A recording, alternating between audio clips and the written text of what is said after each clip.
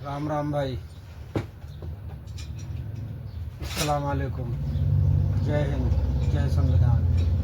लोग कहते हैं कि रावण के 10 सर थे, लेकिन मैं नहीं मानता कि उसके पास 10 सर नहीं थे।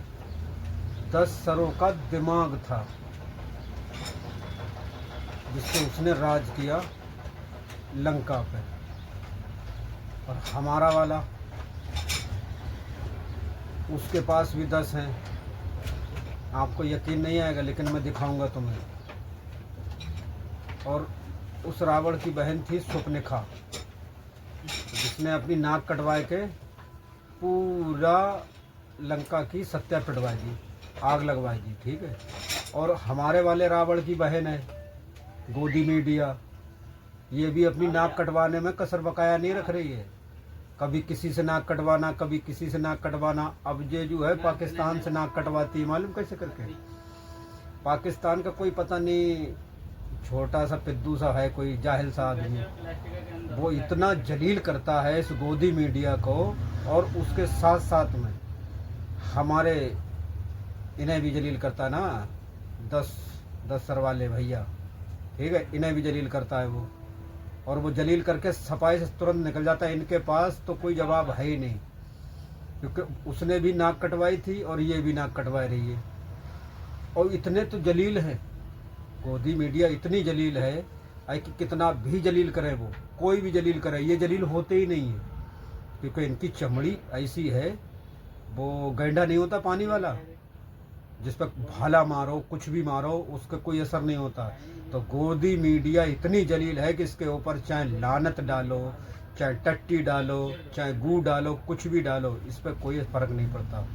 अब चलो इसी बात पे वीडियो शुरू करते हैं, देखिए आप। आपने प्रधानमंत्री के 10 रूप देखे होंगे। कभी वो ऐसा त्रिकुंड लगा लेते हैं, कभी वो माला पहन लेते हैं, कभी आरती लेके आ जाते हैं, कभी बड़े बड़े भगवा कपड़े पहन लेते हैं, सोमनाथ जा रहे हैं, बद्रीनाथ जा रहे हैं, केदारनाथ जा रहे हैं। इसके लिए सैलरी थोड़ी दी थी। सही बात। प्रधानमंत्री क्यों चुना था आपको? हाँ। देश की पॉलिसी बनाइए। आप मंदिरों में ही जुटे हुए हैं, कभी गुफा में बैठ के पूजा करने लग रहे हैं, और मीडिया ये सब कवर भी कर रहा है, जो मीडिया का काम नहीं है। तो जब दोनों ही लोग अपना काम नहीं कर रहे हैं, पूरा देश का मीडिया ये दिखाने पे लगा हुआ है कि प्रधानमंत्री के पास कुछ धार्मिक चमत्कारी शक्तियां हैं। बस अब यही बचा है कि किसी दिन एनिमेशन से ऐसा दिखा दिया जाए, कुछ लोग बिस्तर पे बीमार पड़े हैं, प्रधानमंत्री ने ऐसे हाथ किया, कुछ शक्तियां निकली और वो ठीक होके चले गए। हाँ। जो ये बाबा करते हैं कि तुम्हारे गले में दर्द है, फूंक मारी, अब है नहीं, तो अब मुझे दर्द है, तो मेरी उम्मीद क्या होगी कि एक फूंक मैं भी मरवा आता हूँ, हो सकता है ठीक हो जाए। सही। हाँ। तो ये मार्केट है पूरा। जब देश आडंबर की तरफ बढ़ता है और धर्मांधता की तरफ बढ़ता है, तो फिर व्यापार भी उस तरफ बढ़ता है। सुअर खाता था, जिन्ना शराब पीता था, दोनों चीज हराम है इस्लाम। जो इंसान सुअर का गोश्त खाता था, सुअर जिन्ना तेरी माँ के साथ भी सोता था, इसीलिए तो तुझ जैसा नाजायज और नाफरमान और बेगैरत बच्चा पैदा हुआ, जो आज बैठकर अपने बाप के बारे में उल्टी सीधी बातें कर। अपने बलूचिस्तान को देखे, खैबर पख्तूनख्वा को देखे। चित्रा जी, बलोचिस्तान को देखने के लिए जनरल आसिफ मुनीर काफी है, मैं तो सिर्फ आपको ही देखूंगा। अगर मेरी नजरें आपसे हटी तो 50 किलो मेकअप जो आप अपने चेहरे पर थोप के आई हैं, उसका क्या फायदा। मेकअप पर टिप्पणी मत कीजिए, आपके पाकिस्तान में भी खातूनें करती हैं। बिल्कुल पाकिस्तानी औरतें मेकअप करती है, मगर अपने खर्चे से। आपके मेकअप का खर्चा तो मोदी जी का है ना। पिछले 11 सालों में बीजेपी ने देश के लिए क्या क्या किया? नोटबंदी, जनता को कतारों में खड़ा कराया, फिर भी नकली नोट 10% बढ़े। उरी हमला, 19 जवान शहीद। पठानकोट हमला, 7 सुरक्षा कर्मी शहीद। पुलवामा हमला, 40 जवान शहीद। गलवान घाटी, 20 सैनिक शहीद। पहलगाम अटैक, 26 नागरिकों की मौत, सुरक्षा नाकाम। अमेरिका के दबाव में युद्ध विराम किया, अंतर्राष्ट्रीय स्तर पर बेइज्जती। अग्निवीर योजना, देश के लिए जान देने वाले जवानों से धोखा। किसान आंदोलन, लाठीचार्ज और सालों तक उत्पीड़न। कोरोना लॉकडाउन, मजदूर सड़क पर, व्यवस्था के बजाय ताली और थाली बजवाई। विजय माल्या 9,000 करोड़, नीरव मोदी 11,400 करोड़ और मेहुल चोकसी 13,000 करोड़ का घोटाला कर देश छोड़कर भागे। मित्र अडानी को लाखों करोड़ यानी 4500% का फायदा। राफेल डील में घोटाला। लेकिन गौ माता को कटने नहीं देंगे और हिंदुओं को बंटने नहीं देंगे। डायलॉग तो बढ़िया है, लेकिन अब हकीकत भी पता कर लेते हैं। मैंने ChatGPT से पूछा कि भारत के 5 प्रमुख राज्यों के नाम बताइए जहां पर बीफ एक्सपोर्ट सबसे ज्यादा किया जाए। तो रिजल्ट आपके सामने है। सबसे पहले नंबर पर है उत्तर प्रदेश, जहां पर अकेले भारत का 40 से 45% बीफ निर्यात किया जाता है, एक्सपोर्ट किया जाता है। सबसे ज्यादा कत्ल खाने यहीं पर हैं। उसके बाद आ जाइए महाराष्ट्र पर, यहां पर भी भारतीय जनता पार्टी की सरकार है और ये दूसरे नंबर पर आता है। तीसरे नंबर पर है पश्चिम बंगाल, जहां पर ममता बनर्जी टीएमसी की सरकार है। चौथे नंबर पर है तेलंगाना, जहां पर कांग्रेस पार्टी की सरकार है। 5वें नंबर पर है आंध्र प्रदेश, जहां पर भारतीय जनता पार्टी के सहयोगी चंद्रबाबू नायडू यानी टीडीपी की सरकार है। यानी 5 राज्यों में से 3 राज्यों में भारतीय जनता पार्टी और उनके सहयोगियों की सरकार है। लेकिन ये पश्चिम बंगाल में खड़े होकर डायलॉगबाजी चल रही है, कटने नहीं देंगे, बटने नहीं देंगे। भारत में लगभग 4000 से अधिक कत्ल खाने हैं, जहां पर गाय भैंसों को काटा जाता है और भारत में भी सप्लाई दी जाती है और एक्सपोर्ट भी किया जाता है। लेकिन डायलॉगबाजी करने में क्या जाता है? बढ़िया डायलॉग कीजिए, एक्सपोर्ट करके बैकडोर से चंदा ले लीजिए और फिर सब चंगा से। अगर आपको लगता है कि मोदी जी हिंदू के साथ है तो एक बार आप ये वीडियो देख लीजिए। भगवान बुद्ध के साथ मेरा एक और संबंध भी है, जिसमें अद्भुत संयोग भी है और जो बहुत सुखद भी है। साथियों, बोहरा समाज के साथ मेरा भी रिश्ता बहुत पुराना है।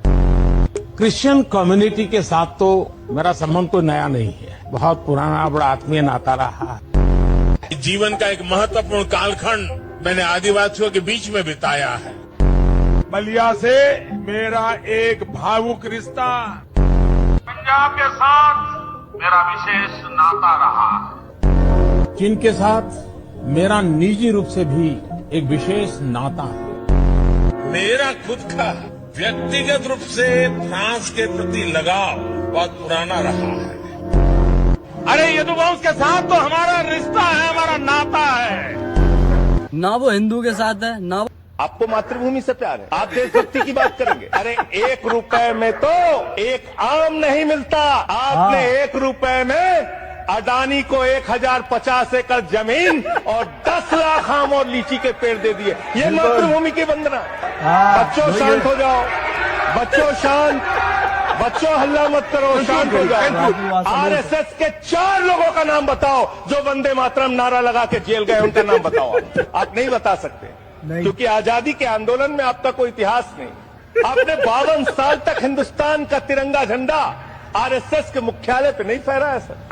आप इस देश का सिर्फ माहौल बिगाड़ना चाहते हैं। बिल्कुल। आप इस देश को सिर्फ नकली नारों के पीछे अपने आप को छिपाना चाहते हैं। बिल्कुल। पहले ये तय करो कि वफादार कौन है, ये वक्त तय करेगा कि गद्दार कौन है। वंदे मातरम लगाएंगे, भारत माता की जय लगाएंगे।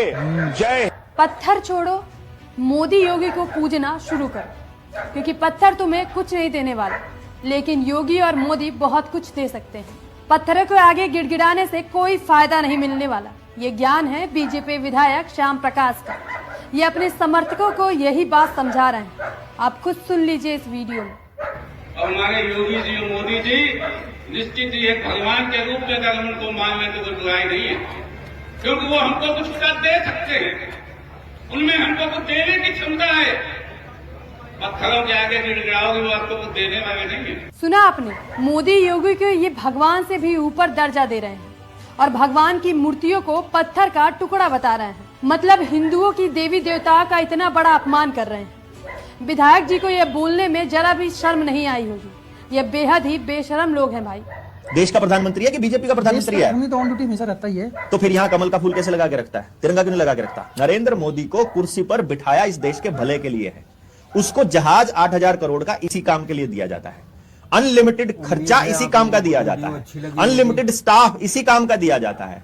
उनको देश की भलाई करने के लिए ही कुर्सी पर बिठाया गया है, उनको मौज करने के लिए नहीं बिठाया गया है।